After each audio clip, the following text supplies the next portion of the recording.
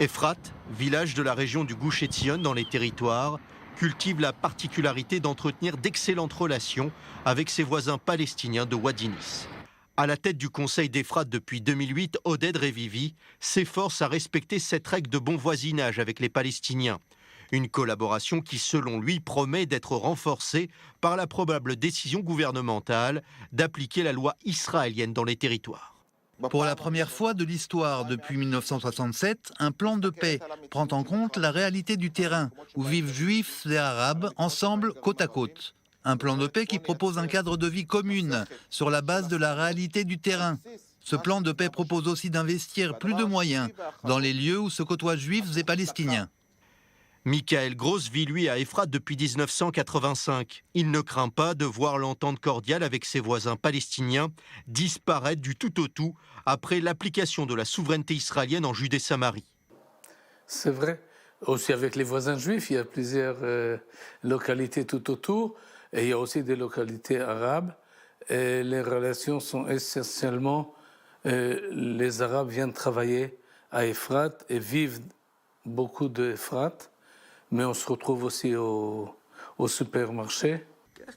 Yossi Dagan est l'une des figures fortes des implantations. Depuis 2015, il dirige le Conseil des localités de Samarie, la partie nord des territoires.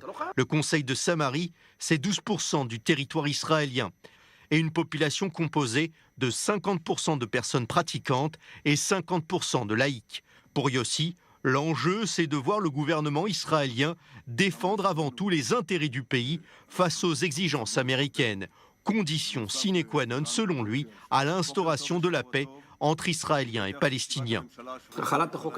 Pouvoir appliquer la loi israélienne dans les territoires, c'est une occasion historique à saisir, c'est vrai, mais nous ne devons pas le faire parce que les Américains nous le demandent.